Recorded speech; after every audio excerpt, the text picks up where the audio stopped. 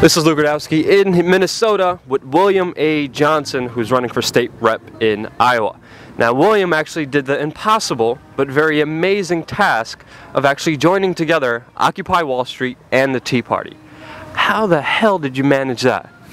Okay, well, just to clarify, it's Iowa State Senate that I'm running for, and the Occupy Wall Street and Occupy Tea Party. In Dubuque, we have something called Dubuque Occupy, or Occupy Dubuque, and we have the Tea Party of Dubuque. What happened was there's a big issue that was affecting our city, I would say afflicting our city, as well as a lot of the other major cities in Iowa, which is the red light camera, or AIT, Automated Traffic Enforcement. And what ended up happening when Occupy first got started, or nationally, and people started talking about it, I went to the very first Occupy meeting in Dubuque, and I was down on the corner there, and I met with the people that started the whole thing and started organizing it. Actually, a young lady, her name's Annie J. She actually works at a insurance company down there called Platinum. Anyway, long story short, started talking with them and I said, hey, listen, we may have different ideas of certain things and stuff, but I'm glad you guys are deciding to get someone involved and you're younger. I know you guys don't know anything about organization structure, and I'd like to help you figure out a little bit about what you're doing. And they were totally open with that, so I went to pretty much all their first meetings, first 2 weeks. We met almost every other day. And this was at the time while I'm still involved in the GOP and all this other stuff. And it wasn't, and I want to clarify something. For me, I saw it as there's a difference between compromise and cooperation. Compromise is when you have a principle that you give up for a benefit. Cooperation is when people that are in different groups cooperate, for the lack of a better term, together on a singular issue that they agree on. And when I talked to them about, well, initially, I'm telling you about my involvement in Occupy to explain how I was able to talk with them about this issue too. And I brought up, hey, red light camera issue, this is a big deal. And the others are like, yeah, this is ridiculous. Because I pointed out the very first time I went to Occupy in Dubuque, I actually wrote a paper that I read to them. That in my own words, I believe that the Occupy sprang from the same roots as the Tea Party. The Tea Party, modern movement, people could argue Rick Santelli, made it more mainstream and whatnot, but it was because of the bailouts. They popped up and they were like, this is ridiculous. Yeah, before they got co-opted by Gingrich and Palin and Beck and all of them and made it a Republican platform, it was very organic, it was very grassroots. Yep. Just like we see Occupy Wall Street at its stages right now, which the Democratic Party is kind of creeping in, but they're not in there yet. It kind of seems like the Democrats are kind of kiting away from Occupy Wall Street, which is interesting, but these two very organic groups, They started from the same source, yeah, which was the bailouts. Because now, on all disagreements, they came together, ironically, now not formally, but ironically, because they all realized, hey, wait a minute, the government taking billions of dollars from us and giving it to these mega banks and corporations somehow doesn't jive, right? So the Tea Party started this way, Occupy started this way, and basically what they are is they're breakoffs from people that either were disaffected or have been involved and didn't like what was going on there. The media classifies them as the polar opposite extremes. Yep. And so one of my goals was to show, you know what, they started for the same reasons, because they have the same feelings of being, frustrated like everybody else. And if there are issues that they can work together on, why not?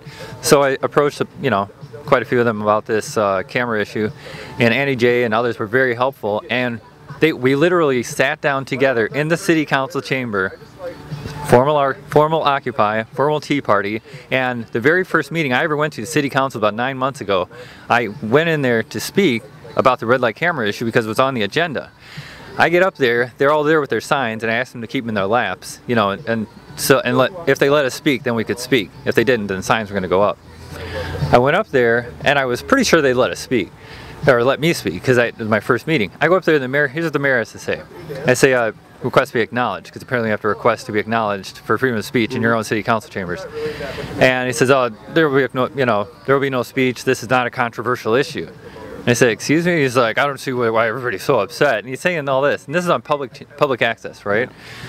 Well, obviously he wouldn't let me speak, so turn around, put my hands up, both groups sitting next to each other, it wasn't like divisions and all this stuff, raise their signs.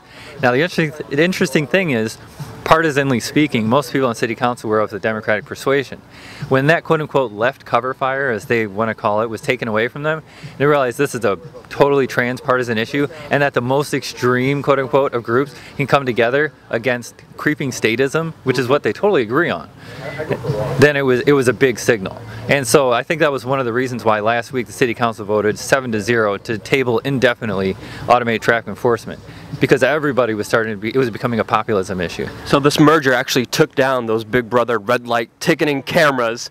It's pretty fascinating, because there is a lot of potential and a lot of common ground between the two groups, but sadly the mainstream media and sadly spokespersons from each group would never ever be seen in the same room with each other. But really the grassroots, the organic people, have a lot more in common. And I want to thank you, because that conversation, that merger on something we agree on, coming together, is a huge threat to the system. You know, and to speak to that about the leaders not being seen in the same place, you're right about that. But in this case, when I ran for Congress in 2010, I was the only federal candidate that was endorsed by every major Tea Party in their district, especially in Iowa and possibly anywhere else, for the U.S. House. And this year, when I was helping trying to organize this stuff together, I was not only seen with them. After we had that victory, I wrote an article that I put out in the Daily Paul that explained how this was done, and I put 5 tips for other cities to know how to do this, because I want other cities to do this too, because it's something I realized in this process too. Every other major city in Iowa had already adopted this, which made it very difficult for us, because we were the last one, and they were like, everybody else has it. It was that precedent power. Yeah. And something that happens to others, a right abrogated anywhere is a right abrogated everywhere. And that's something that we started realizing in our city.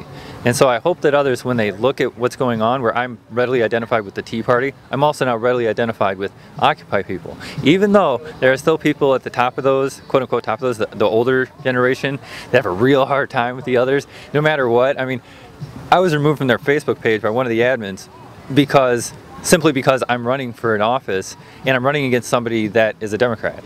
And she basically told someone else this, and the other people are really getting on her about it, because they're like, that is not what we're about, you know? It's like, I've been a part of it from the beginning, you know, just because I'm running for something else. It's really cool, because that conversation never would have taken place otherwise. Yeah. And I've not seen it happen anywhere else in the U.S., and I would like it to, because honestly it has to. Because all the stuff that's coming down is not just going to affect the Democrat. Drones aren't just going to target people because of a letter, you know?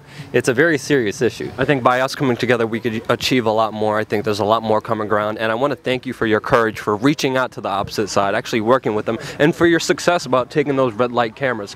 Thank you for all your work. Really appreciate it, William. Check out his book, Noble World Order. Really appreciate everything you do, and I want to actually say thank you to you, because actually I've been following you for a while. You may not know this, but myself and others, like in Brooklyn at the bodega. Well, even before that, because you do what a lot of us kind of wish we could do, you know. Like we don't live in those other places, and plus we don't, you know, none of us have the freedom to travel as much and stuff, but. And a lot of people don't have that courage, to be honest. You go, you do it, and what you're doing actually has an effect, you know, because you speak truth to power and you hold them accountable, whereas others may wish to and never do. And I just wanted to say one more other thing.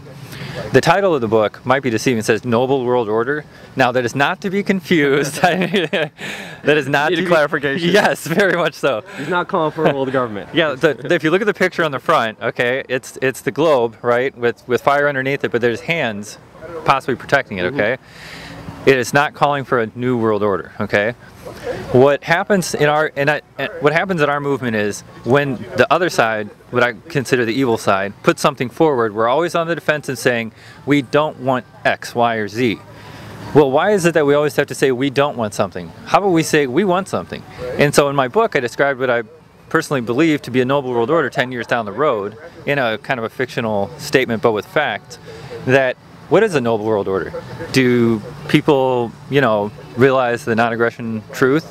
Do we protect our own sovereignty and not get involved in the United Nations? Do we actually realize that perhaps war is not a catalyst for economic health, and that Keynesianism's been wrong, and that all these things? So instead of having a negative, we don't want X, hey, you know what? We want a noble world order. And it doesn't have to be the way I describe it per se, but the same formula is going to be there. And I want to take the negativity away from the movement. I want us to start becoming positive. We want this, we want that, and we're working toward it. Instead of focusing on the problems, focusing on the solutions. Yeah. I'll definitely read the book. I'll let you know what I think. And thank you again. Really appreciate all your time. Thank you, Luke.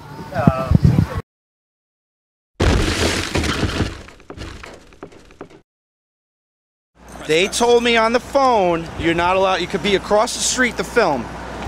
This area here is considered private property. Sorry, this right here. This Yes. is public sidewalk right here. No, private property. Every man and woman gets to walk through. Listen. My taxpayer dollars paid this claim for. The highest calling or the highest form of a warrior is someone who defends, not someone who oppresses. And so that's one of the things we're trying to get the modern military in the United States to understand, is that this is what it means to be a warrior. It means to be a defender of the people's rights and defender of the Constitution.